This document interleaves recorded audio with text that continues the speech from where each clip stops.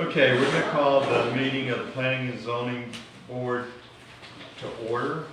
Not sure where Jack is or if he's coming, but we'll get started without him.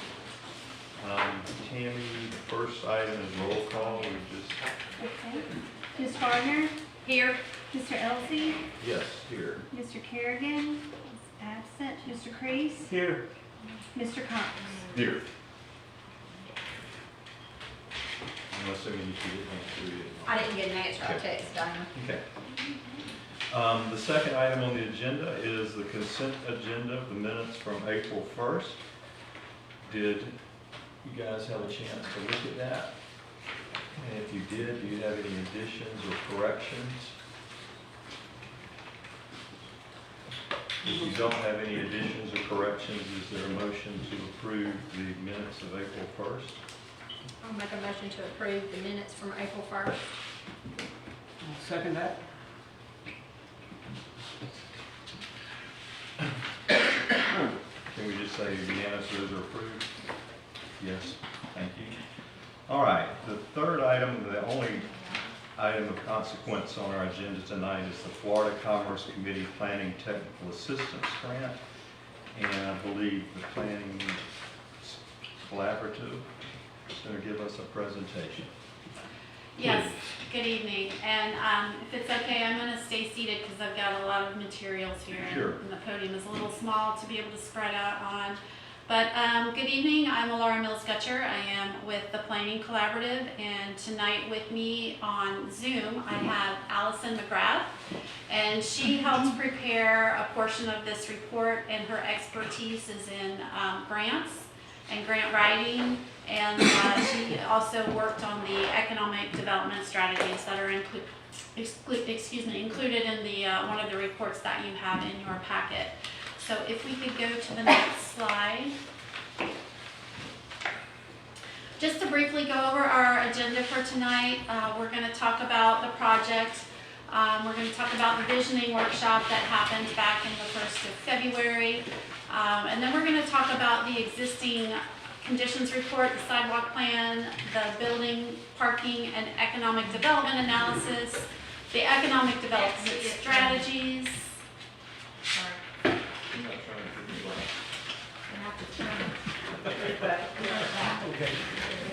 I'm sorry, we're just trying to... No, you're fine. Let's get it to where everyone's comfortable.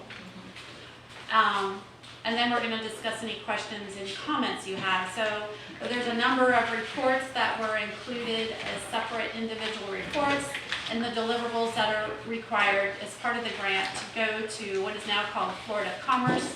Used to be Department of Economic Opportunity prior to last year. So next slide, please. I'm just going to briefly go through the requirements of the grant so we can be familiar with what it is that we're considering tonight and why. And this was a grant written last year and submitted to the state about this time, as this is about the time of year that these technical assistant grants, we'll call them tags, are due to Florida Commerce for consideration. They are a competitive grant, and typically about 8 to 10, possibly about 10's on the high side, are let every year to local governments throughout the state of Florida to help them with planning initiatives within their communities. It was very common not too long ago that these grants were let to help update comprehensive plans and land development regulations, but in recent years these grants have been for more inspirational projects and helpful projects to the community rather than plan and code updates. So this is the grant that was written by one of your planning board members at the time and submitted to the state. And we realized this grant was awarded back in September of last year. And then had to work through the process to get the agreement signed. And the agreement was signed by all parties in January of this year. So this is why we started in February, early February, with our first deliverable, which was the visioning session that we held in February. So just to go through the deliverables real quickly with you so you're familiar, and I want you to be very aware of what these are, because these are what is the what the state is looking at to be able to reimburse for the grant. Deliverable 1 was, of course, the workshop we had on February 5th, and we were required to hold a citizen input meeting, collect community values related to current and future development and redevelopment of the city, and then draft a City of Mexico Beach community vision statement. So these are the things that the state was looking for in the package that we submitted to them in order to consider this portion of this deliverable satisfied. The second part of this first deliverable was a report on existing conditions, issues, and constraints. And then there's a number of things that we had to address within that report, including a general summary of existing conditions related to land use, mobility, housing, natural resources, infrastructure, and population. And in addition to a few other things that I won't read through the whole grant, but just to let you know that existing conditions was part of deliverable 1. And then deliverable 2 is the other report, one of the other reports you have in your packet, and that is the sidewalk plan. And we were required to identify recommended improvements on existing corridors, a vision for urban canopies, an analysis of vehicular parking opportunities, and then make recommendations to change the city's comprehensive plan future land use map. Now I want you to note this deliverable did require a recommendation to change the future land use map, and we'll talk about that a little later. We didn't find any necessary recommendations to the map, but maybe to policy. So I did talk with the state representative on that issue, and he is fine with how we approach that.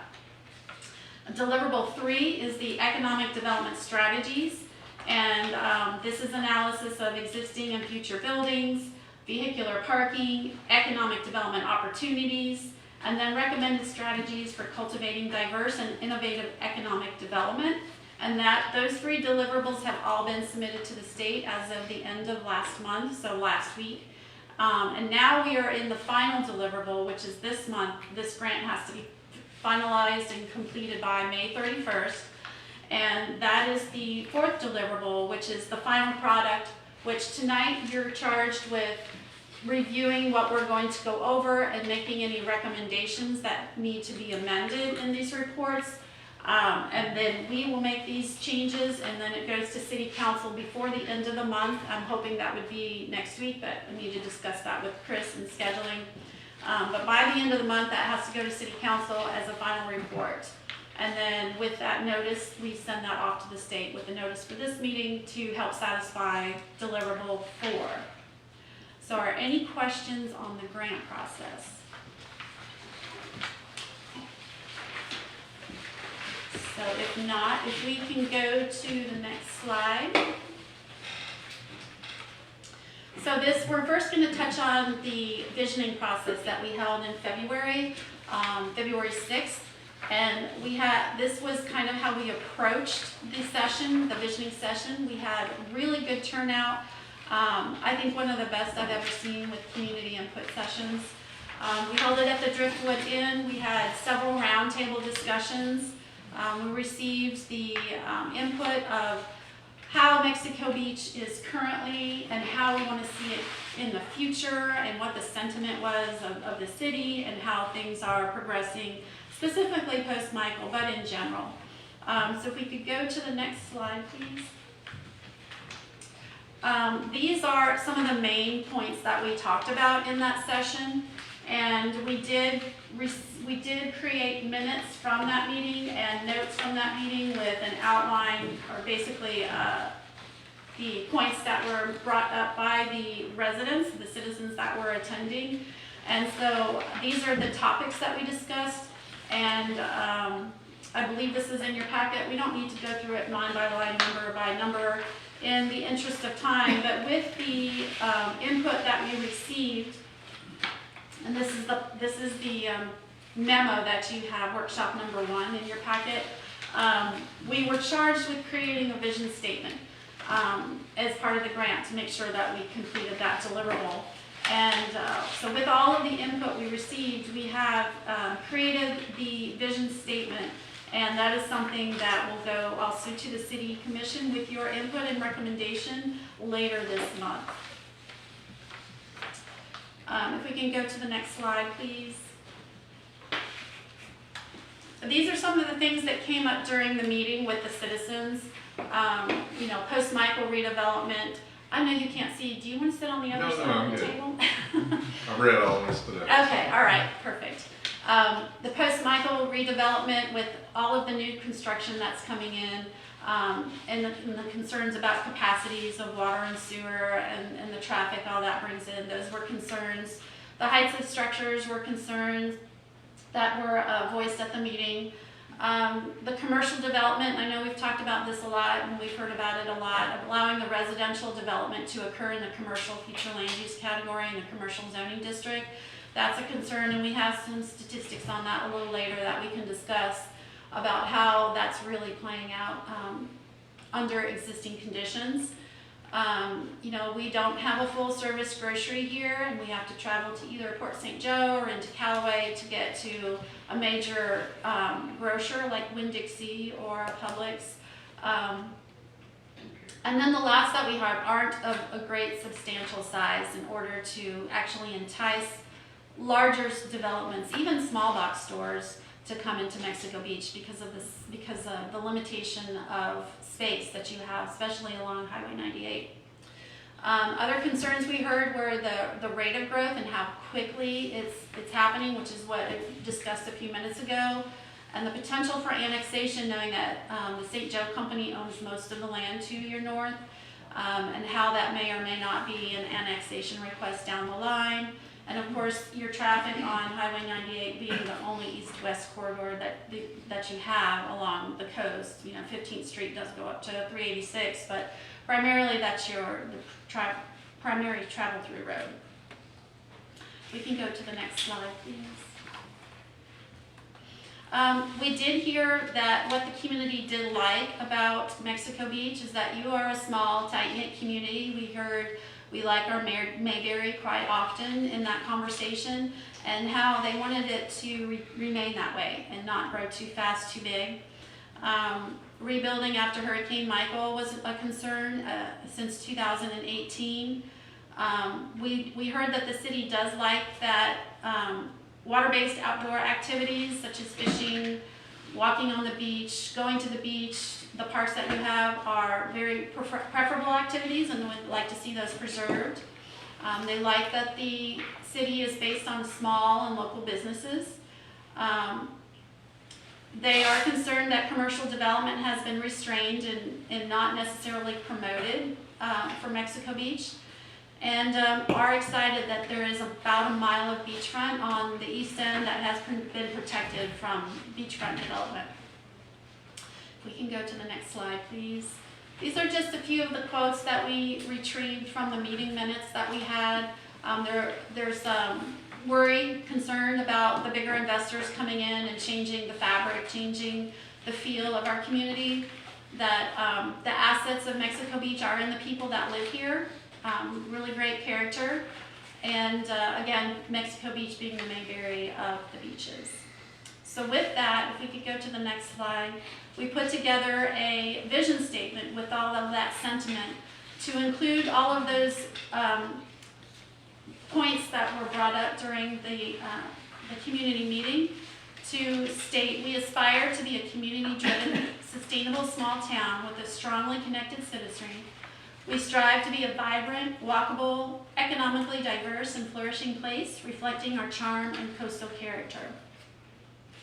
So this is something that we really need your input from as the local planning agency, and to bring this forward to the City Council as part of the final package that goes to the state later this month.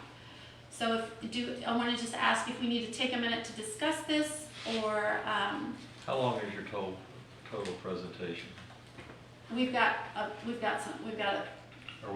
probably going to be here till 7. So another 45 minutes of it? Yes. And yes, we would like to. So are y'all good with taking it pieces by pieces Yeah, it should be broken down, otherwise it's gonna get too big. for us to go back and do that? And then the second question is, typically we have public comment for one thing. You're okay with having public comment with each one of them as well? Yeah, you'll be leaving the meeting, Jack. Great. You did that on purpose. He's done that once before. So yes, to answer your question. Perfect, so then the step that we're at is whether or not this is the statement that you want to carry forward as a recommendation to the city council later this month. So before we discuss that, is there any public discussion or comment on that vision statement? Sure, come on up.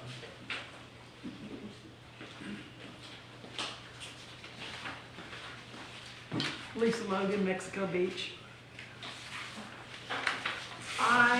This is just my opinion. I am not happy with we aspire to be. We are our comp plan. We are a community of diversity and close-knit population, and I think that statement is not a good reflection of us. I think it ought to say we are a community that is committed to our industries of fishing and the beach, and I think it needs to be changed. So I would like to hear some other people's comments about it, but I don't believe that is a good reflection of our character. Is there any other public comment on the mission statement?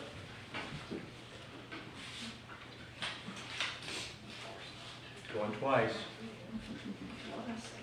Okay. Comment from around the table.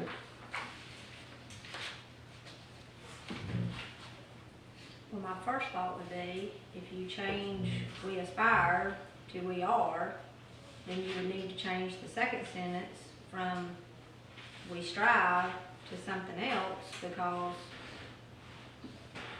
I don't think you would be able to change one sentence and not change the other one. In my thought, that would be my first thought, but. And just remember that a vision statement is forward thinking, forward looking too, Right, so. right. I attended the February 5th workshop, and I tend to agree with Lisa that I do believe we currently are a close-knit community. However, I do also think we're striving to be more vibrant, more economically diverse, and to build our charm back to what it should be.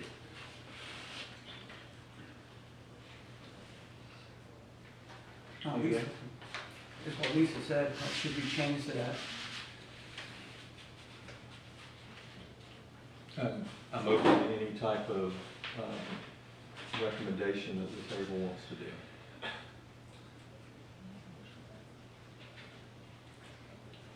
I prefer it be in a form of a motion so that we actually understand what that change would be, or no change. I said, do we just make a motion to change we aspire to we are? And then the second sentence, as you point out, how would you change that? Well, I mean, I don't disagree with what Steve says, so, I can see it both ways, so. Could we say we continue to strive? That'd be forward-looking. Okay, first sentence change, we aspire to we are. Second sentence, I make a motion to change the first sentence from we aspire to we are, and the second sentence to say we strive to we continue to strive. I'll second it. Super. Ms. Tammy? Okay. Mr. Cox? Yes. Ms. Gardner? Yes. Mr. Priest? Yes. Mr. Elsey? Yes. Perfect, thank you. So if we could go to the next slide, please. So this is just a few of the statistics I pulled from the existing conditions report, which was part of deliverable 1. And you'll have that in your packet as labeled as deliverable 1, report on existing conditions, issues, and constraints. We're not going to go through this line by line. It's a lot of research and data that was collected to help prepare the requirements and address the requirements to meet the deliverable. Here's just a few snapshot statistics of Mexico Beach.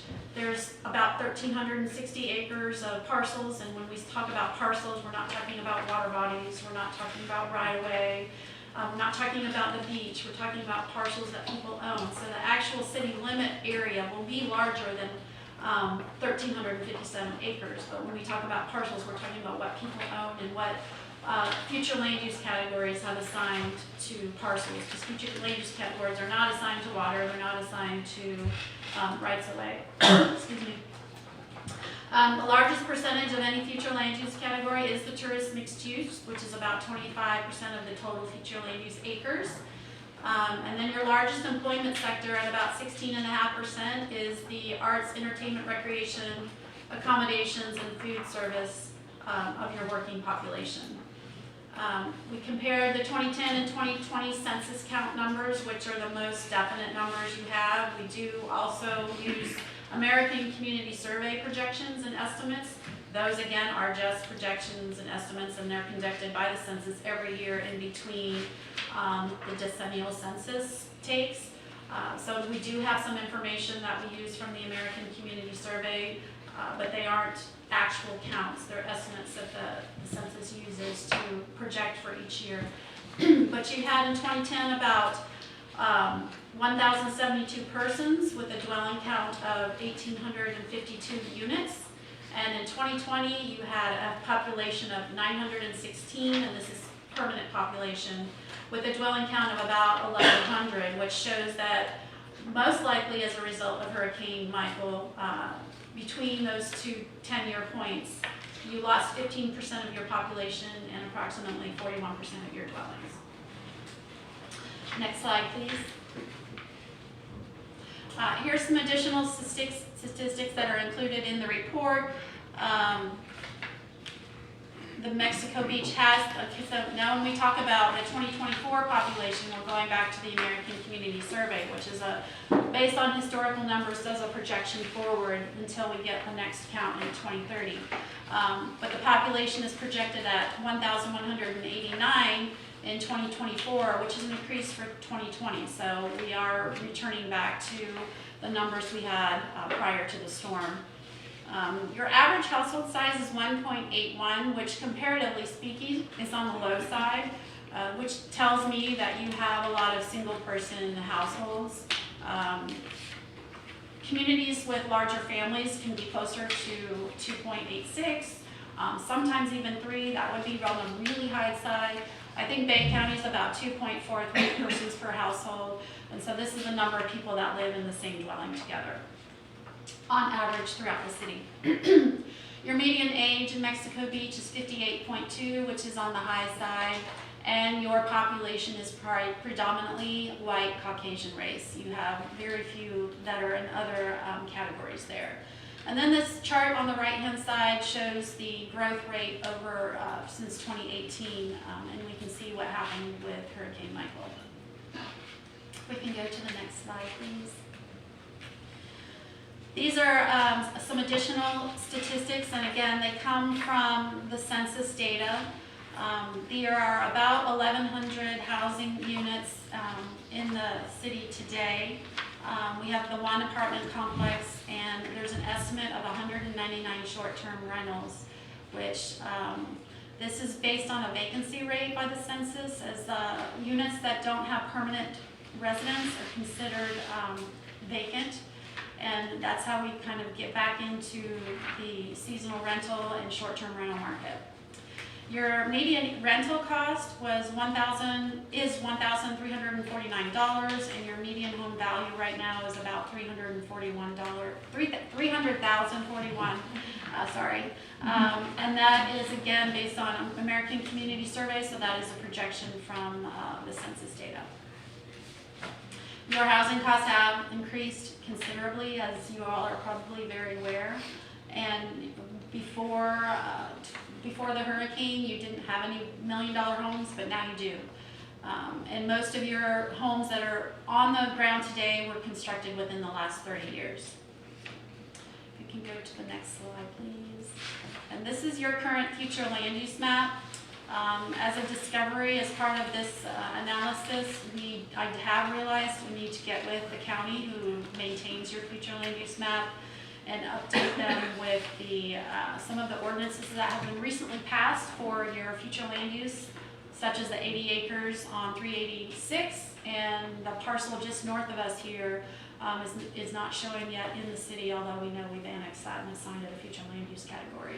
So something I can do, I can reach out to the GIS over there and make sure they have the ordinances that have shown that that has happened. The other thing that's happening here is, it's in really small print, but they've got the tourist, they've got the high density residential category mislabeled, so we need to get that fixed also. But this is essentially showing you your commercial corridor on Highway 98 with some commercial on 15th Street, primarily on the north side, with some on the south side, although we know that the subdivision there on the very eastern side is a residential subdivision, even though it is designated as commercial. We can go to the next slide, please. So we did an analysis of those parcels that are taxed as vacant by the property appraiser as of March 2024 in comparison to the future land use categories. The smallest rectangle in the very bottom right-hand corner is the public institutional category, and it was just too small to insert the text in there. So that's 0.5% of the public institutional category in the city. 0.5% of it is vacant. I will tell you, as an examination of this data, the tourist mixed-use vacancy rate is skewed. We are going to fix that. It's going to be a much higher percentage because of that land on the west side that's owned by the St. Joe Company that's not yet developed. It was a miscommunication with the GIS technician, not understanding what we were considering vacant. It does have a property appraiser code of no ag agriculture, which means it's got acreage, but it's not developed. It's not, and it's agriculture acreage, but it's not used agriculturally. So generally in the planning world, we consider that as vacant, but the GIS guy was not quite sure on that, so we're going to get that fixed. So that TMU percentage of vacant land will increase, I think, quite substantially. And if we can go to the next slide. These are the percentages of your future land use categories within the city. So you can see that this is accurate information. That 25% of your land is designated as the tourist mixed use, and almost another 25% is the preservation, which includes the beaches. And then the rest of the categories. So you have very little tourist commercial at 1.5%. We can go to the next slide. This will also show the example of where he didn't include all of that vacant area on the west as part of the vacant analysis, so we're going to get that fixed. Next slide, please. And then there was some analysis on the environment, and some of these points on the right-hand side are also points from the visioning session. This is just for your information, and this is all in the existing conditions report, just so that you're aware of the information that's in there. You're not expected to adopt this document, but we do want to make sure you're fully aware of what's in it, because you have to make a recommendation of any changes that need to be made to the document to the City Council. So if we can move to the next slide, we're going to go to the next document, which was the sidewalk plan. I don't know why the PDF made that word split like that, because it's not like that on my screen. But sidewalk plan. This was also a deliverable from the grant. It's deliverable number 2, and we were charged with looking at the existing routes and making recommendations to Well, first of all, I guess I should stop there. Are there any questions on the existing conditions report? Or anything that, I actually do So- have a question. sure. And I've been trying to locate where it is, cause in this. So you said that our, short-term rentals. So you're including second homeowners as short-term rentals or no? So the way the census looks at that is if it's not a full-time residence, it's considered a vacant property. And so the vacant properties are generally assumed to be either on the market, nobody's living there, or they're short-term rentals because nobody's living there permanently. Okay, so that's not saying that that's exactly how, because I don't want anybody to hear that huge number and go, I just want to make sure that we're clear. That's second homeowners that live wherever and not doing a census down here. That's right, Okay. right. Even though the reality of it is a large percentage now, especially with the larger homes being built, a large percentage are being rented. Yeah.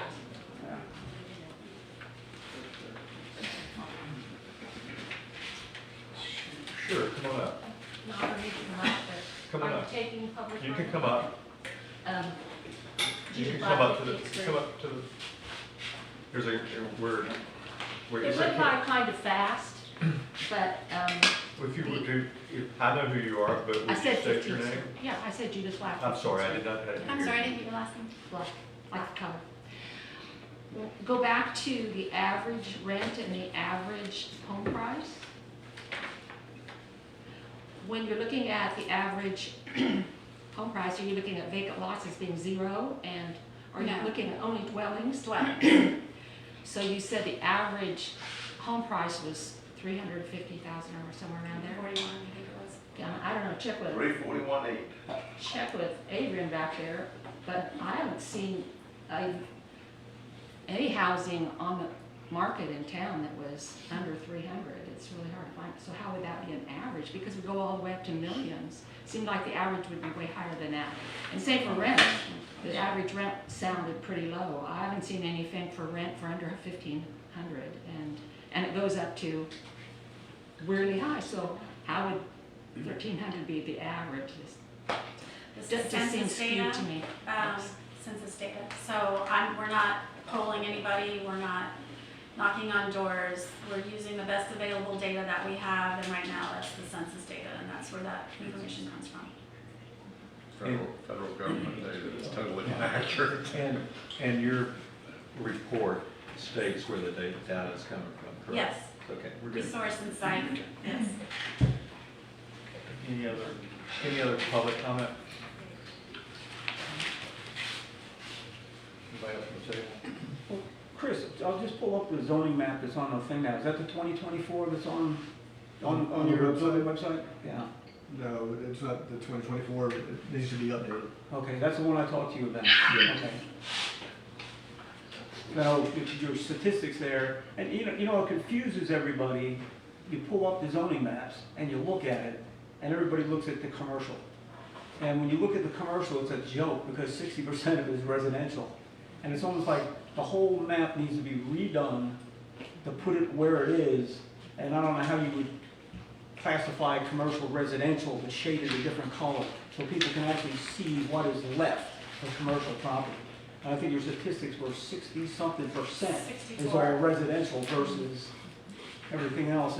And that's what drives most people. They look at these zoning maps and they just think, oh, look at all this red, we got all this commercial. But it's not. It's already taken up as residential. So the whole map needs to be redone. I agree 100%. I mean, until our city government knows where we are, and until they take a hard line and say, whether it's via ordinance or whatever is required, to say no more residential development on commercial property. We stand no chance as a community to get any real infrastructure that citizens want back in town. It's just not gonna happen. Do you, the zoning map, do you change that? Is the city or? No, the city does. I don't have access to the internet, or to the, website. I have to get Julie to change that. Okay. We've been busy with the state audit and everything else, so it's not been updated yet. Okay, yeah, I'd just like to see it updated, and if there's a way to take the commercial and reshade it the different color that's now residential, so people can see what has actually changed. And But what's it actually hasn't left. changed, it's still zoned commercial. Well, yeah, It's it not- is. But, so it hasn't changed. No, it hasn't changed, but it's been built out residential. I When understand people look that, at it the red, what I'm saying is, when you look at the red, most of the people you talk to, when they look at red, they just think that's commercial, and it's not. Maybe we just need some additional information on how to look at the map. Well, that's what I'm saying, a different shading Maybe of strike the it commercial. off. Well, Rob, what I think you're referring to is an existing land use map to show what's on the ground. What's on the ground right now, Yeah, exactly. Because even though it's red and it's commercial, Mhm. because the land development regulations and the comprehensive plan allow residential in commercial, it's all legal, it's all consistent. Yeah, well, what you just said is what I mean, is to have it on there, what's actually on the ground, a map of that showing what it is, so you can look at it and say, okay, now we see what's here, and you can compare it to the zoning map. To have two of them right on the website, right next to each other. Yeah, existing in the future. Yep, yeah, okay, thank you. The only thing that I would say in regards to the commercial is if you look at the map on the wall up there, most of the vacant commercial, or at least the, commercial that can be used in the future is on 15th Street. And I know that was, if you prohibit residential from being built and commercial and only allow commercial there, then you're gonna start pushing commercial to 15th Street, which the planning and zoning board said in the past that they didn't wanna see. No, I realize that, and most of your stuff back here is like, the biggest chunk is next to, the plumbing place, the RV park, and that's pretty much it. Everything else, your whole La Siesta is residential, it's not commercial. Yeah. So I mean, half, a big chunk of what's up there, and if you look at all the individual lots, they're all individual lots owned by people on the website. So even your big shaded area red that's next to that, to the RV park, is individually owned to be sold. It's not a giant piece of land somewhere.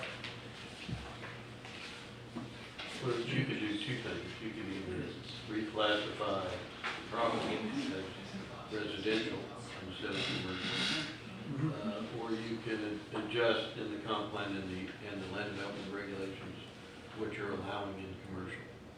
Now, the problem with that is, as I'm hearing, you're gonna restrict some areas that maybe you don't want real commercial on.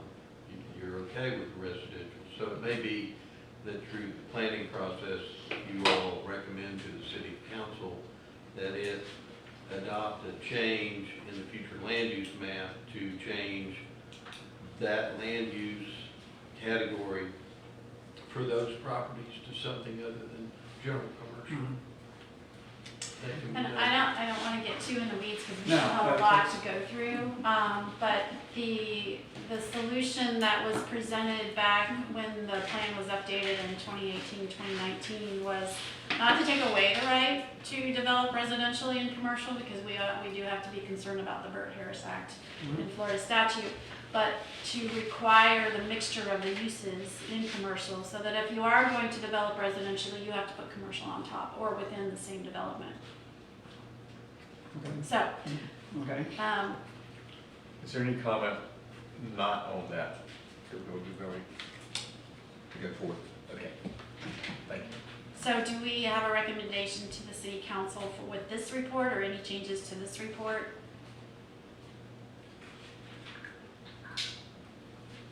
This would be the existing conditions, issues and constraints report.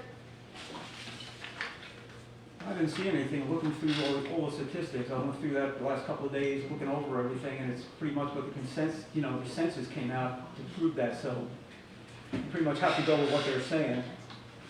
I don't see any changes Do we have there. a consensus with no changes to that? I'm good. Good. Okay. Do they need a vote, or are we good? Do we need a motion to? No. No, I don't think For no Just a changes. recommendation to city For no council. Yeah, changes. if there's no changes. Okay. So the next deliverable was deliverable number 2, and that was the sidewalk analysis and plan. And This one was charged us to look at the connectivity of the sidewalks, the conditions of the crosswalks, and make recommendations for improvements. Some of our key findings were that, and there's a map also in your packet, but to show the existing sidewalk connectivity, it's primarily along Highway 98 with some fragmented sidewalks along 15th Street. You do have a subdivision that has a good, healthy sidewalk system in it. So your crosswalks are in varying states of what we might consider completeness. Some of them have push buttons, some of them don't, most of them have signage. The one in front of the Driftwood Inn has a sign, but there's no markings on the road that it is actually physically a crosswalk. So there's different conditions there that we would encourage a discussion with FDOT, since that is an FDOT road, on improving all of those sidewalks, especially on 98, where you have a lot of traffic and you have a lot of people that are trying to cross to get down to the beach for pedestrian safety. Another one of our findings was to increase your urban canopy within the city. A lot of that you lost with the hurricane, but if we can walk in the shade, it's much more pleasant experience than if we have to walk in the hot sun in July. So addition of urban canopy, trees that grow here, including red maples and red cedars that are okay in the sand.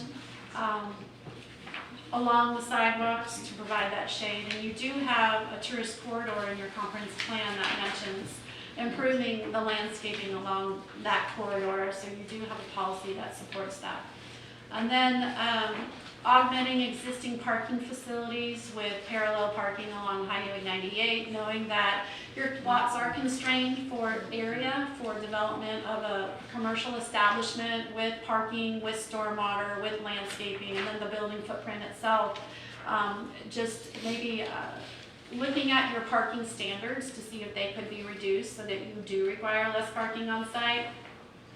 And then maybe augmenting parking with off-site parking, such as that could be included on Highway 98. If we can go to the next slide, please. So we did some measurements, and you have 25 miles of roadways within Mexico Beach and 3 miles of existing sidewalks. So you can see that there's a little bit of a delta there between the sidewalks and the roadways.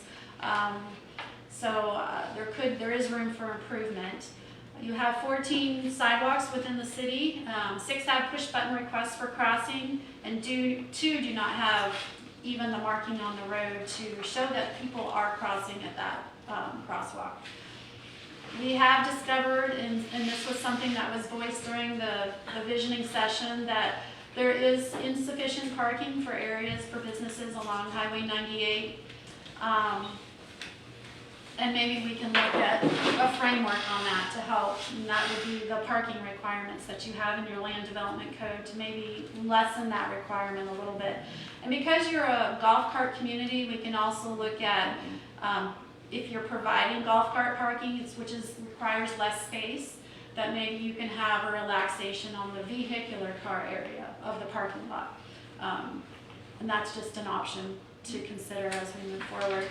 This next slide is something we received from the Bay County Sheriff's Office, and this doesn't necessarily impact pedestrian statistics, but these are vehicular crash data that we received as of March 15th of this year for that last column, to show your crash data, your citations, and DUI occurrences within the city. And looking at the locations of these, I think the biggest hotspot is at 386 and 98. In that area, that was the most common occurrence of vehicular crashes. So if we could go to the next slide, another thing that we discovered as part of this process was as we know that 15th Street Canal Bridge, that's what this is showing here, is very skinny, for the lack of a better word, and there's really no area for a pedestrian or a bicycle to cross that safely. As we discovered, the city has received a state appropriation to create a pedestrian path along parallel to that bridge, and that was received in this fiscal year, and you have 3 years to, I think, do the, is it the PD&E, Chris, or expend the funds to build that bridge? 3 years to build the bridge. To build the bridge. So, you know, encourage you to kind of look into that and start that design process so that you could have that money spent before it expires. And that would create, and this, so this diagram here, both of these, one is a plan view. It's just meant to show the possibility of what that could look like. If we could go to the next slide, please. Here's a diagram that was drawn to show the parking options, the parking possibilities along Highway 98, creating parallel parking there. Whether or not it's on the north side of the road or the south side of the road, that could be determined at a later date. Just thinking that the south side of the road might be a better option for the beach, but the north side of the road, especially on the west segment where the commercial establishments are, might be a better location for the commercial businesses there. And then if we can go to the next slide, this is the map. This pink kind of pops out where the existing sidewalks are. So where you see no pink, you can see you've got a broken system there. So in order to connect those, you can see where it's broken at the Canal Street Bridge on 15th Street, and then further to the west on 15th Street. But for the most part, you have a pretty good network on 98. But that's really the extent of it. It doesn't really go back into the neighborhoods much at all. If we can go to the next slide, this is just a couple of examples of what we were talking about earlier on the differences in your crosswalks within the city and the completeness of them, where the Driftwood Inn is on the bottom where there is a sign but there's no marking on the road, and then on the top is a better example of what you would want to look for pedestrian safety. Laura, where was that picture taken? The one on the bottom or the one on the top? Yeah. The one on the top is near the Gulf View. Yeah, I mean the one on the bottom, when was it taken? So that is a Google Street View. I think it's a 2022 or 3 picture. I think that's the crosswalk I use. Okay. So to my recollection, unless I'm off, but Miss Debbie's sitting back there nodding, and she lives on the street over here by me, so I think that might need to be updated, because I think Okay. there is one there. Okay. It just doesn't line up. Yeah, It's on the other side. yeah, It's further east. yeah, it's right there, but it's It's on not. the other side. Yeah. Okay. We'll make a note. So when you say it doesn't line up, it doesn't cross the road? Yeah, it crosses the road, but it's just not like right where the sign is. Yeah. Oh, okay. Okay, signage is in the wrong spot. All right.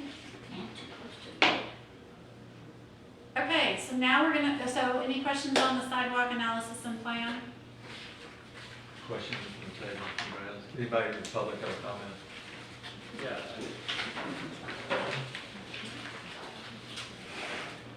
Lisa Logan.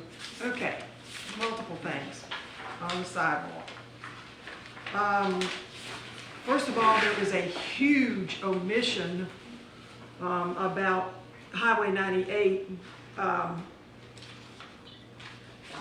If the Sweetwater development is successful, that is 5, they want 5 entry exits on Highway 98 in the heart of town, in this corridor, and none of that was even mentioned. So that's going to be a massive change if they are successful.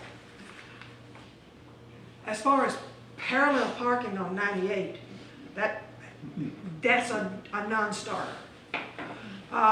When we had the sidewalk installed, and it was a knockdown, drag-out fight with the citizens to get that sidewalk, we very clearly told DOT that we did not want parking on that north side, and we have been over this every summer since, especially during July.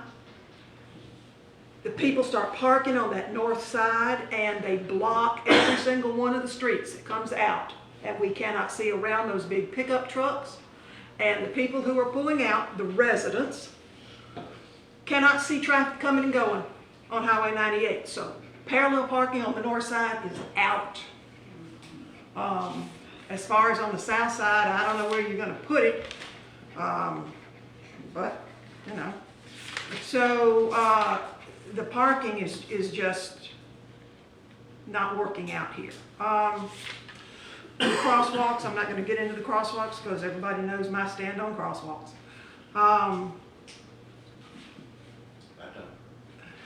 I'll tell you later.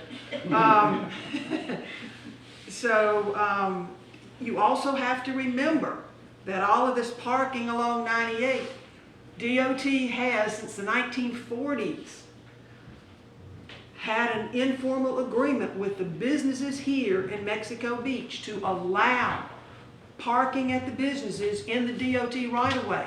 So anything you do to screw up that agreement with DOT is not a good idea.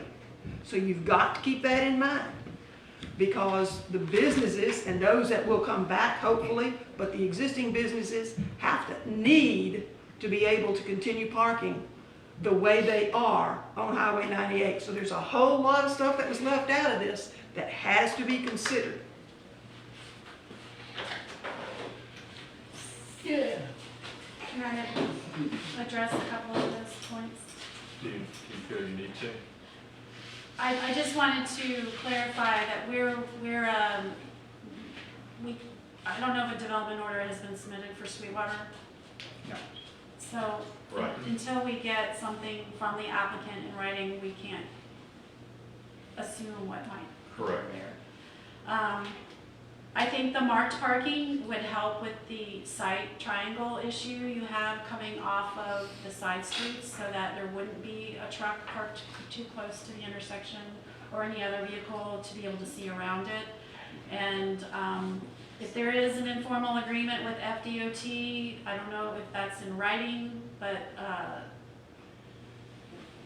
we would need to research that.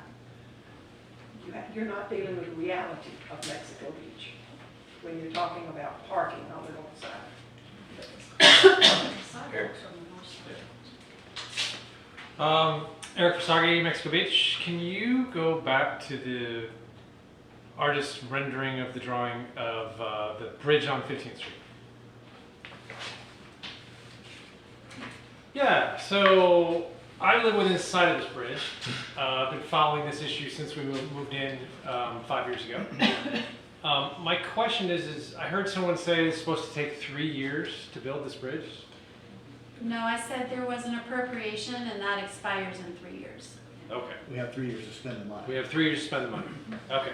My question, that's question number one. Question number two is, what I'm looking at, just the addition of this pedestrian bridge, I guess, to the west of the existing road, and not, is the proposal to completely do away with the bridge and just add the pedestrian? There's no proposal. This is an idea of what could occur. We would have to go through a PD&E study to figure out the best route. That takes some time. This is just to help the city understand what's possible. Okay. Thank So you. there's no engineering completed, there's no design work completed, it's just an idea. Okay, good. Thank you. One last question then. Did someone here correct me if I'm wrong? Did we or did we not have money for this bridge already secured by Senator Trumbull? Went to Governor DeSantis' desk. He lined out that item and the money for the 15th Street Mexico Beach Bridge. He lined it out, and the rumor is that he reassigned it to pay raise for first responders. Is that true that this happened? I believe not last year, but the year before. I don't know about the year before, but now, we do have the money.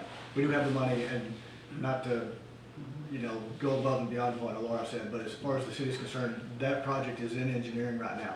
As soon as the engineering is done, it'll go out for bids. We're going to install a pre-made, prefabricated aluminum pedestrian bridge. Right, like Eric, part of what you said is correct. We did get that special appropriation, and then it was denied or whatever. But now it's back. But now it's back. Yes. That is correct. Okay. I don't know about the second part about where that money went.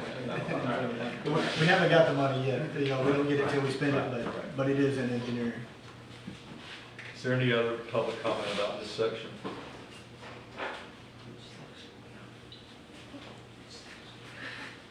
Do you need, and I'm confused, do you need us to, do we have any recommendations from the table for any changes from this section? I got a question on the sidewalks. I've been seeing them surveyed up and down 98. Is that part of the Greenway they're out here doing surveys for? Do you know where that sidewalk issue stands? Are you referring to the Sun Trail? Yeah, yep. I'm not aware of the current status of that. I know it's been assigned to come through Mexico Beach, and there was a segment map placed in the document, but I'm not sure the status of whether or not we're already engineering it. I mean, that's gonna have a major impact on everything here with sidewalks. Because if that comes through, it's coming through on, On the north side. yeah, and it's gonna be all the way down 98. And that's gonna be a, what, 6-foot wide sidewalk all the way down. So that's gonna impact any businesses that are there or anything else, but it's gonna be a continuous sidewalk. That's a DOT project. And that's But I'm trying to find, I've been trying to get online and find out what the status is. I can answer that for you. I spoke to the head engineer last month on that particular project. And he told me, after I gave him basically an earful, he said they are just in the preliminary stages. They don't even know which side of the highway they're gonna build it on. This is the head of the project. They don't know yet what side they're gonna build it on. He said probably the north, because he couldn't figure out where they'd put it on the south. But he said they are very far away from public comment. I laughed. But they are not sure what they're doing with it. I'm going to talk to him further and see, but they are just in the preliminary stages, and he says he does want to hear from the citizens. I'll be happy to share his phone number with you, and y'all can talk to him. But I think if you're concerned about it, you need to talk to him and start raising questions at this point, because we all know that as the process progresses, the opportunities for public comment get much smaller and smaller. Thanks And for basically, answering the question. what? I said, thank you for answering this question. Now, the sidewalk plan, I mean, it's in here to go. I don't have any problems with that. The only comment I'll make about the north side parking along 98 is those of us that have to go out 19th Street near Sunset Park or 20th Street, and the people are parking there, it's dangerous. There really should be no north side parking, because every street in this town goes into 98, and when cars are parallel parked, even if there's a 30-foot barrier from the street, you still can't see far enough to make a safe entrance onto 98. The only place in town that you could do north side parking, and they're all going to not like what I'm fixing to say, is down there between C Street and 386. That's the only place in town where you don't have streets coming out that it would block.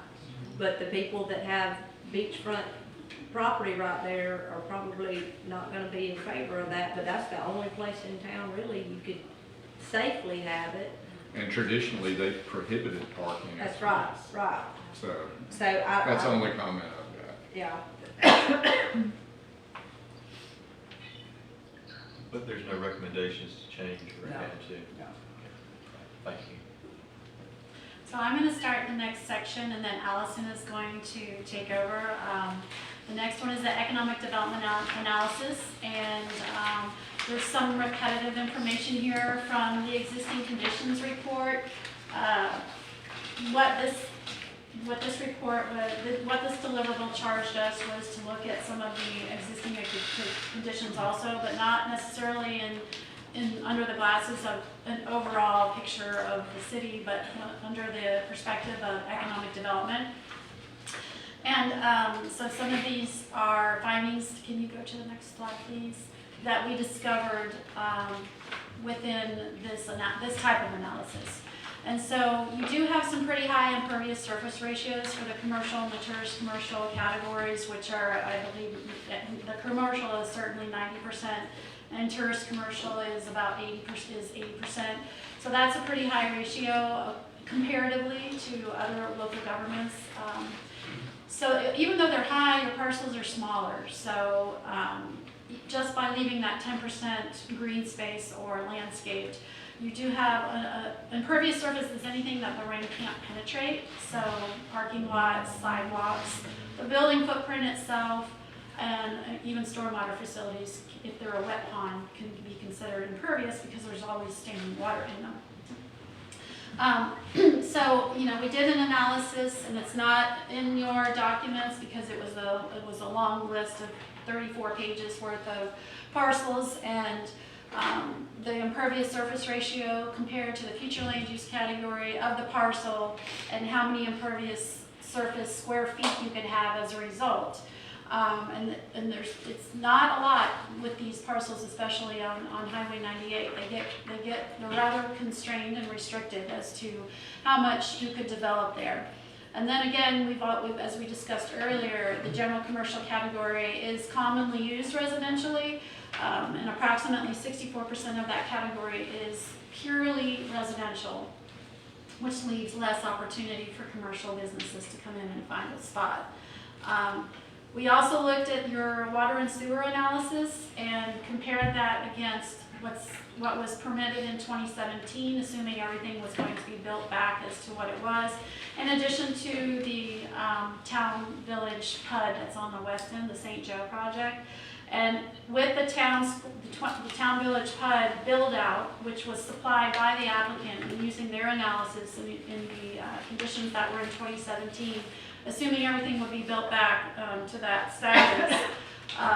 You have plenty of potable water with your agreement from Bay County, but when you reach out that development point with that PUD, you're going to have pretty close to a constrained issue with the sewer capacity. So just because of the agreement you have with the county and how much they'll take with the build out of that project, which could be 10, 20 years down the road, depending on the market, of course. And you might want to look at sometime in the future reevaluating or renegotiating that agreement. If we go to the next slide, and I'm going to go through this really quickly because I know Allison has a lot to talk about also. But not only along 98, but there was a landscape designer on staff that did a little reconfiguration of the pier area. And it's possible that you could have some parallel parking along the side of the angled parking to increase parking capacities out there at the pier to help with the parking problem you have within Mexico Beach. So we'll just put that to the side. And then Allison, are you ready to take the next slide? Sure. Can you hear me okay? Yes. Yes. Can you hear me okay? Can you hear? Right. Good evening. I'm sorry I couldn't be there with you in person, but thanks for accommodating Allison, way. Allison, can you hold on 1 second? I'm Yes. fairly sure nobody in the audience can hear. Is that correct? I can hear. Oh, No, you we can? can hear. Oh, you can? You can? Okay, good. Thank you. Sorry. Okay, we're ready. No problem. Okay. So I was just saying thank you for allowing me to join virtually, and I'll try and speak loudly as well. So my name's Allison McGrath. I am also a professional planner like Laura, but I do also specialize in economic development, in particular in grant strategies and grant funding. And as noted earlier by Laura, this community planning technical assistance grant did require that we did do some kind of an economic overview and economic analysis, and then a forward look towards what type of economic opportunities there are for Mexico Beach and what type of funding opportunities there are for the city. So typically when I start working on an economic development strategy, I start with the Florida Chamber's 6 pillars strategy, and if any of you are familiar with that, it's a pretty standard, industry-wide, acceptable method for doing an economic development high overview. And it consists of looking at 6 specific buckets for where your opportunities may lie. So you'll see them here on the slide. Tammy, I'm sorry to have you advance it, so thank you for doing that for me. So quality of life really, when we take that bucket and we look specifically at Mexico Beach and at the comments that we heard at the 2 workshops, prioritizing the natural environment, having cultural diversity, your parks and sustainable tourism opportunities, all of those things could help maintain and improve the quality of life and keep the desirability that you residents have come to love so much. When we look at talent supply and education, that involves collaborating with educational institutions for specifically tailored programs like marine science, technology, or hospitality management. Those are things that would align with the businesses that you have in Mexico Beach and the comments that we've heard at the workshops. When we look at infrastructure and growth leadership, that's looking at things such as upgrading your roads, and we've talked about the bridge already, upgrading your utilities as needed, and maintaining and improving public spaces. Looking at some forward-thinking ideas of sustainable projects like renewable energy, and if you get far down the road into the smart city technologies that really start to develop some resilient growth strategies for you, where when we're thinking about storms like Michael, this kind of gives you an opportunity to be more resilient and get back on your feet a little faster. The 4th category is innovation and economic development. This would be, as it pertains to Mexico Beach, supporting startups. Alara mentioned in her presentation that the lots are very small and there aren't a lot of opportunities for even small box businesses. That's not me endorsing that you should have small box, but I'm just saying that the limitations that exist because of the size of the parcels lend itself to small businesses, business incubators, co-working spaces. Those type of businesses could be promoted to be able to create jobs and bring more economic development to the city.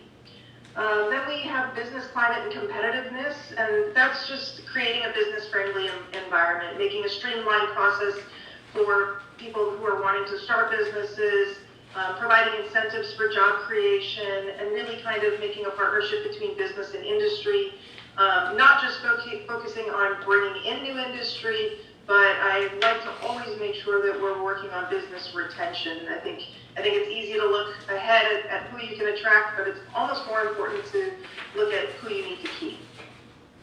And then finally, civic and governance systems. So this becomes very important, right? Fostering the transparent and accountable government, where the citizenry and the businesses have the opportunity to comfortably come and speak with the leadership and be able to make sure there's that open dialogue and going in 2 directions.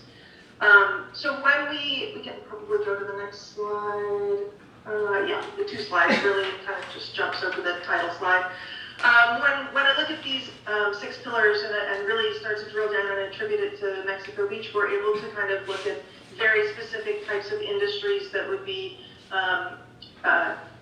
suitable for Mexico Beach and kind of aligned with what you already have in the city. So tourism and enhancement. So anything that the city can do to support local businesses that are related to tourism is ideal for the city. So offering business development programs and networking opportunities to help local entrepreneurs meet and greet and thrive and foster vibrant tourism will really lead to some economic opportunities for the city.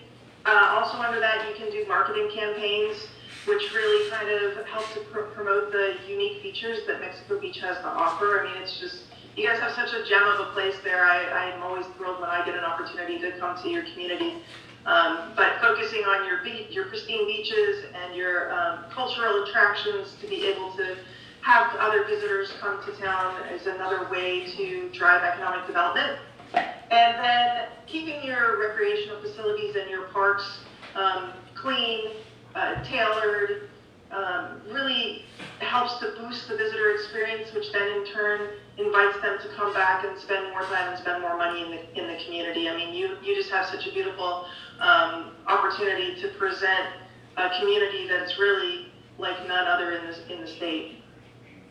Moving on to environmental conservation and sustainability, there are opportunities to further economic development by making sure that you continue with beach cleanups and dune restorations and wildlife conservation projects. Those things all just innately help to boost your economic development by maintaining and preserving the natural beauty and the ecological integrity of your community.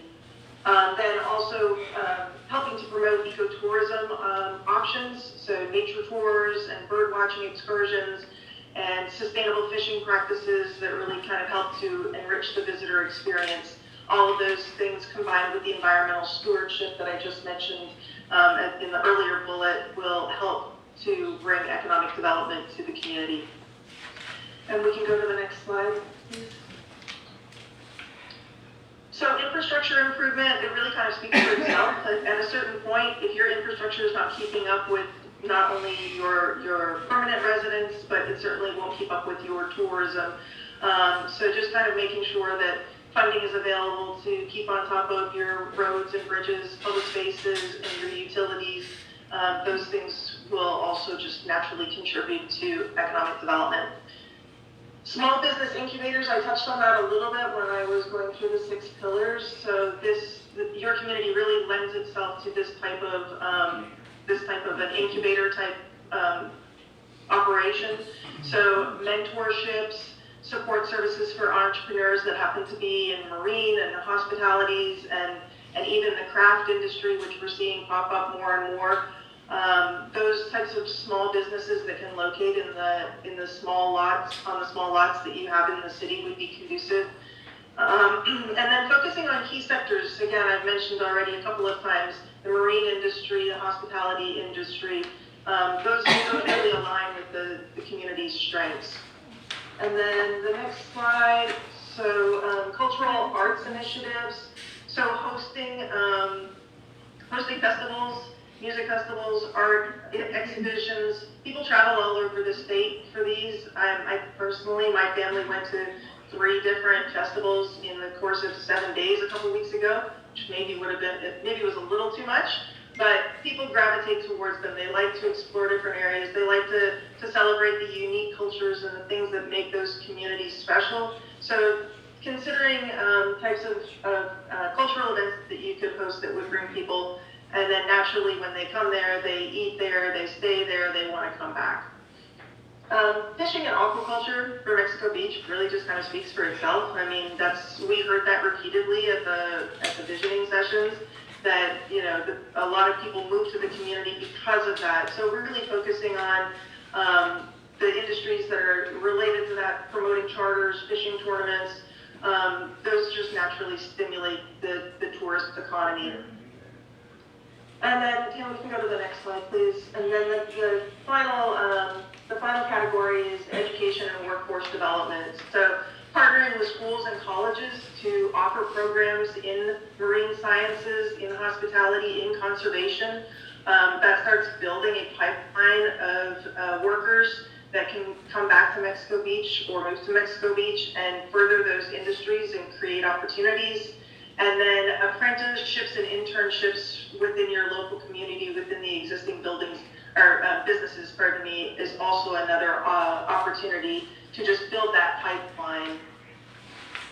And then, so with that, the process that I take is taking all of that information, taking the comments that we heard at the visioning sessions, and turning it into a funding alignment strategy matrix. So we can go to the next slide, Mamie. This funding alignment strategy matrix, and you should have a copy of it in your packet, it really lends itself to being able to help the city have a tool that allows you to guide your resource allocation. So looking at the projects that we've identified in Mexico Beach and where the city wants to invest its dollars. It allows you to maximize funding sources. So once you identify grants, or you may already have funding that you've received, you can often leverage those funds one against the other to be able to get additional funding from other sources. It allows you to have a strategic planning document tool that helps you with, this kind of falls in line with number 5, it helps you with your budgeting process. So if you have identified a grant that you want to see.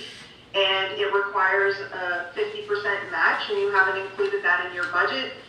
You know that, put that towards 2025, put that in the budget, and you're now making a strategic plan for how and when you want to invest your money.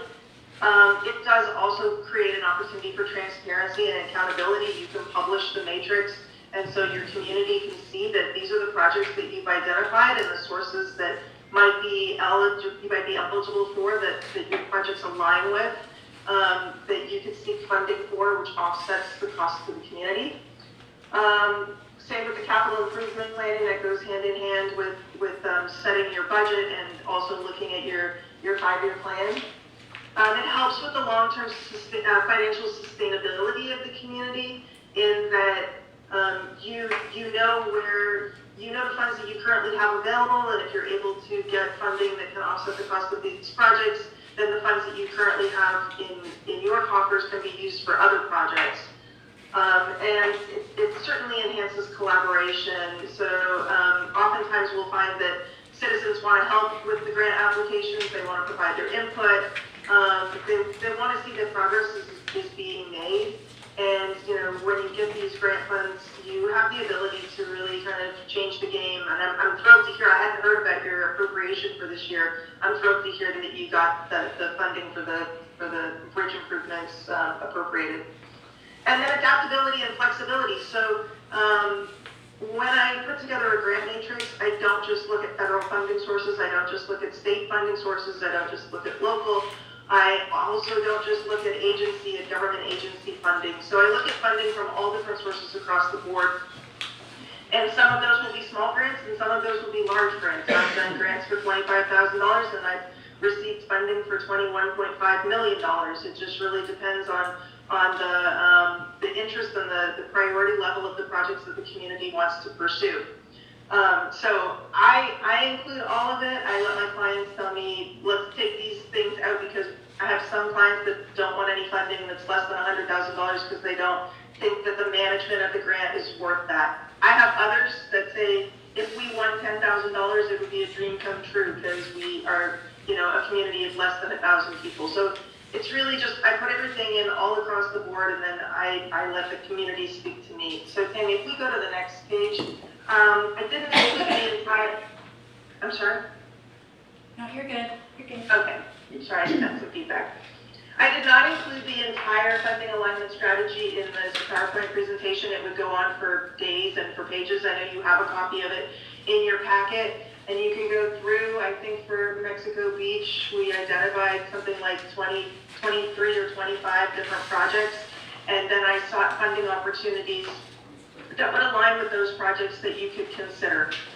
So the way I set up the matrix, I know this is starting on number 3, it's only because if I did 1 and 2, it was only going to be 2 on the page, and this allowed me to give you a little bit of a variety as well. So just using the example that's on the screen, the discussion came up at one of the at one of the workshops that the city would like an economic development strategy. Well, in order to prepare an economic development strategy, there is funding available through Florida Commerce. And so I cite the funding amount that is typically awarded. Sometimes there's a minimum and a maximum. Sometimes there's just a typical award. Whether or not matching funds are required, and again, this becomes really important because there are some grants that require 50% funding or a 1-to-1 match.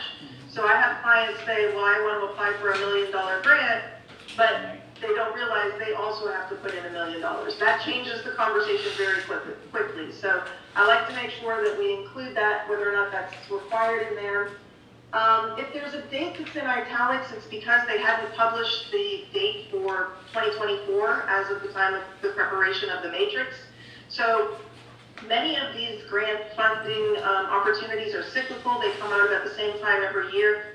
So if I had a date from 2023, then I included that date in here and just put it in italics so that you know it's around about that time. And then I like to include the period of performance. So this goes back to the gentleman's question that was asking about the bridge and the 3-year time frame. It's very important to know what the period of performance is, because you can take on a number of these grants that are going to use a lot of your resources, and you can't get them all done in 3 years, or you have this entire several block streetscape project that you want to do, but you only have 3 years to do it, and there's no way that you're going to be able to do your design and get it constructed within the 3-year time frame. So it's just really important, and they vary. They're all across the board. Sometimes they're a year, sometimes it's 5 years.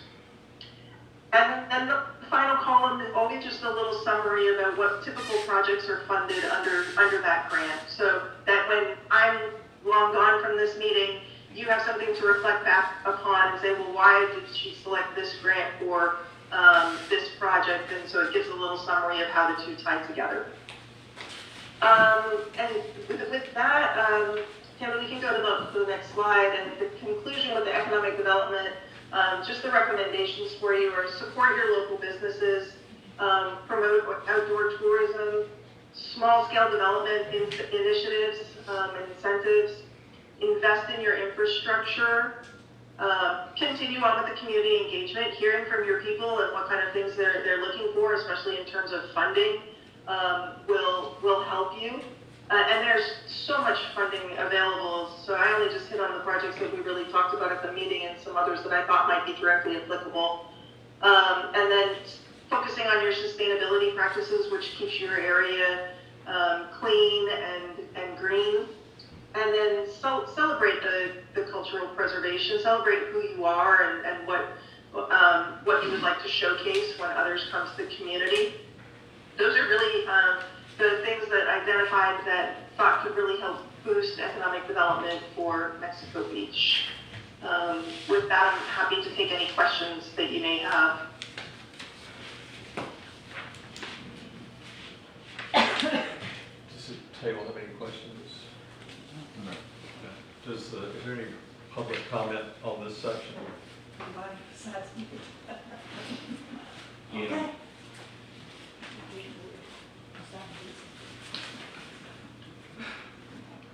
With respect,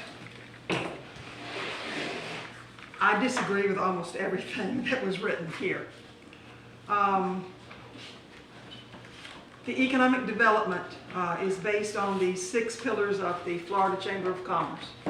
We are not a Chamber of Commerce town.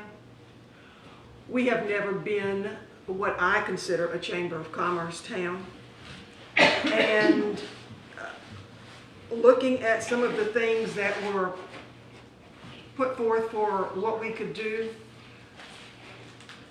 they seem to me to be backwards and against how we want to continue our town to grow. Before the hurricane, fishing is our main industry. The beach is now a very close second, but fishing is the economic engine of our town. There was no mention whatsoever of our very good partner, the Artificial Reef Association, and that can be an economic driver. A number of projects can come off of that association. It's recognized nationally as one of the top. Ecotourism was being explored before the hurricane. We did have a number of tours that came out of our marina before the hurricane that took eco-tours out. A wildlife education and rehabilitation center is a prime target for us, but not a Chamber of Commerce style business incubator or these other technical things that we really don't have the resources or, in my opinion, the desire to pull them unless they are associated with things that work very closely with us.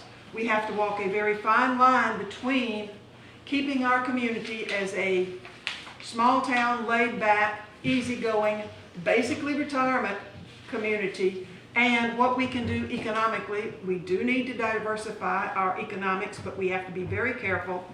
And I don't feel personally that this was at all the direction we need to go. We had a very large contingent of artists here in town. We've never actually had a true art gallery. That would be a great thing to do, but we need our artists back. The region is full of artists. Maybe they could come back to Mexico Beach, and that would be a good thing. We have 6, 8 festivals. Most of them are fishing tournaments, but that goes along with the fishing as the top industry. We do not have event venues for festivals. We don't know what's going to happen to Parker Park, and Parker Park is the only place we have for event venues. So festivals, we could, but it's going to have to take some creative thinking there. So some of these ideas maybe could work. I'm all for looking at them, but we also have to remember, if we want to keep the town as an easygoing place, we don't want to be an urban chamber of commerce style, pushing all the time. You come here to relax and enjoy yourself. The industries, and there are industries that we can bring in, need to reflect that. So I think that a great deal more thought needs to go into this than that. I just get the feeling that this report did not capture the character and the desires of the town and its permanent residents. Is there any other public comment on this section?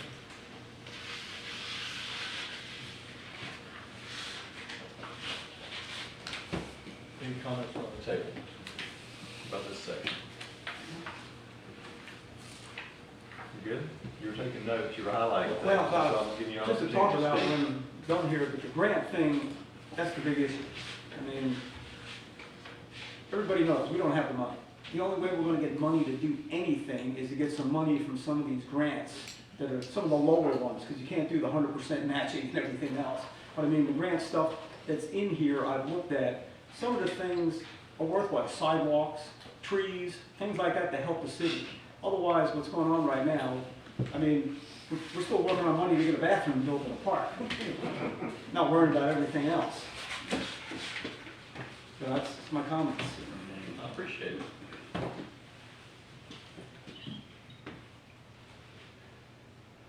It doesn't appear there's any changes from the table, it's a consensus of the table to accept this portion of it. Is that correct? Did you have a comment? I'm sorry, I didn't mean to interrupt you. See? No.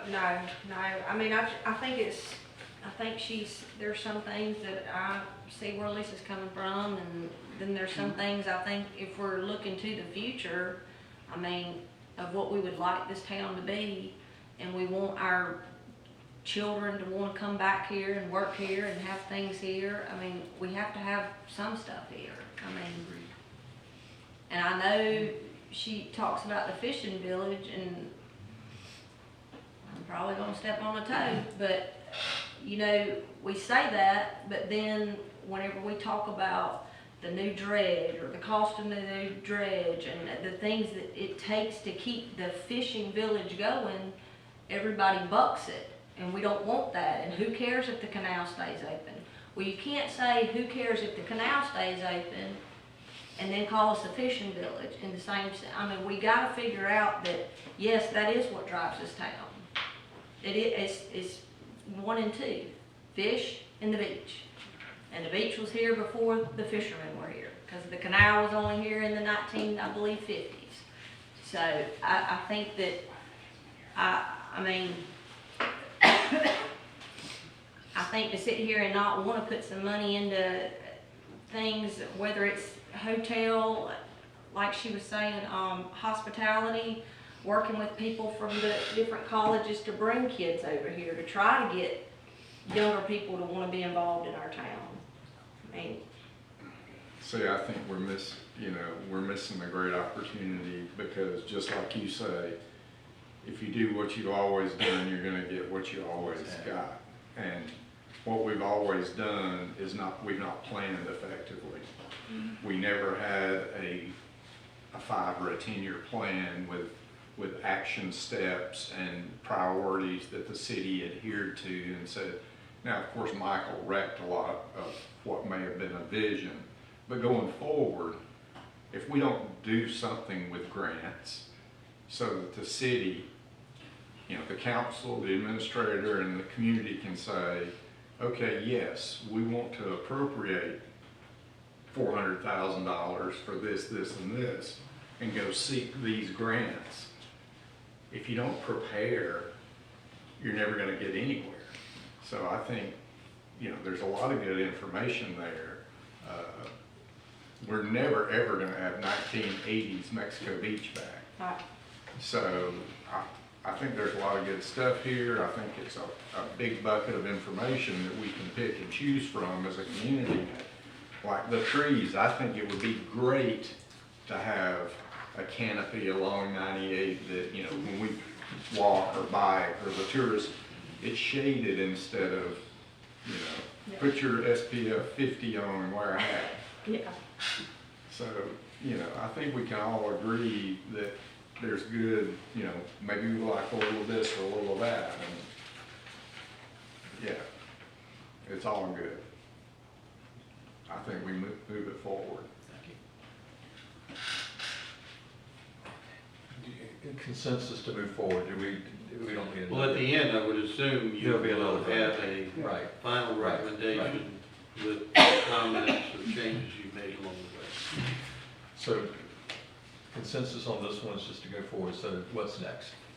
So those are the reports, and those are the 4 items that we need to move forward to the city council. The only thing I wanted to update you on, Tammy, if you could go to the next slide, is the timeline. And this is the, again, I don't know what happened to the PDF. The timeline of where we were, what we've done, what we've completed, and then what I talked about at the beginning, we go to the city council next. That date is to be determined, but we have to do it either next week or on the 28th to meet the final deadline of May 31st to deliver it finally to the state. And so, and that wraps up our presentation on the grant deliverables. Since we have taken recommendations individually, we don't need to do a full one, is that final, is that correct? Well, I would do one recommendation with the prior changes that have been made, and then recommend it with those changes. You would suggest that we I would say that, yeah. okay. That way it's clean and the council can see what you've done. Before I ask for that, I was remiss in not recognizing before we started the meeting that Lisa Logan had sent a somewhat detailed email to each board member here. And Tammy has a copy, and if you'll just include that, Tammy, please, with that. So, is there a motion to affirm the recommendations that we had of each of these deliverables with the change recommendation in deliverable, which number was To that? the vision statement. Vision statement. Vision statement. Is there a motion? I would look for a motion for that.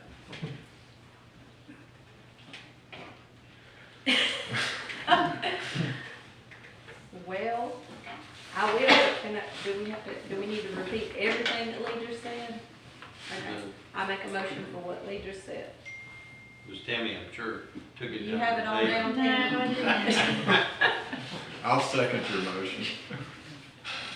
I think the real big change was in the vision statement. Yeah.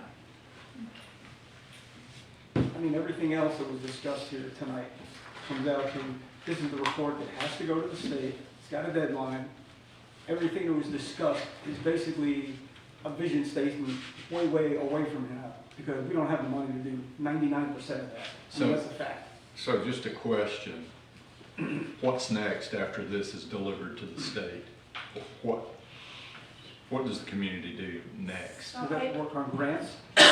Excuse me, ideally, yes, you would take the information that you have with, so it's kind of an analysis of current conditions and where you are and your future land use map and your existing conditions and your economic conditions and opportunities and the economic strategies that were introduced to formalize those into some sort of potential policy that you could put in your comprehensive plan or have some sort of economic development strategic plan developed with that the strategies that Allison put together, and then using the documentation that she prepared regarding the grant potential to your advantage as you look forward with your budget for subsequent years. You need to- So there was a motion and a second to recommend this going forward to the city council with that one change. Can we take a roll? Okay, Mr. Cox? Yes. Mr. Crease? Yes. Mr. Elzey? Yes. Ms. Gardner? Yes. That was the only item we had on our agenda tonight. For that.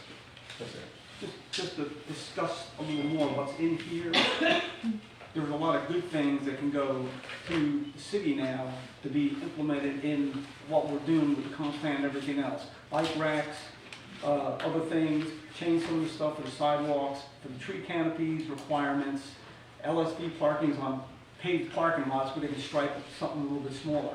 There's a handful of stuff in here right now that I've highlighted and took notes on that should go into changing in the LDC and the comp plan for these businesses and stuff to make things a little bit different, which we can do.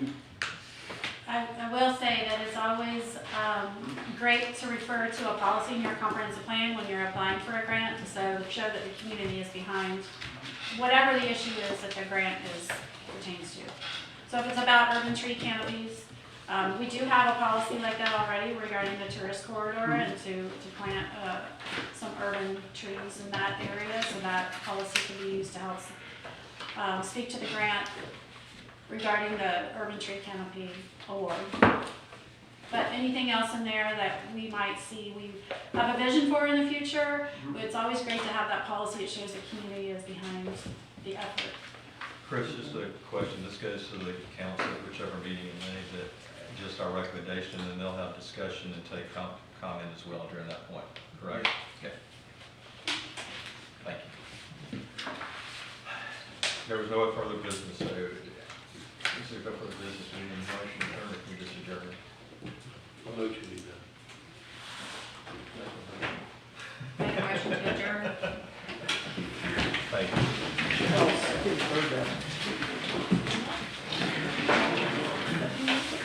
Thank you. Thank you, Allison Ellison. Thanks, Chris.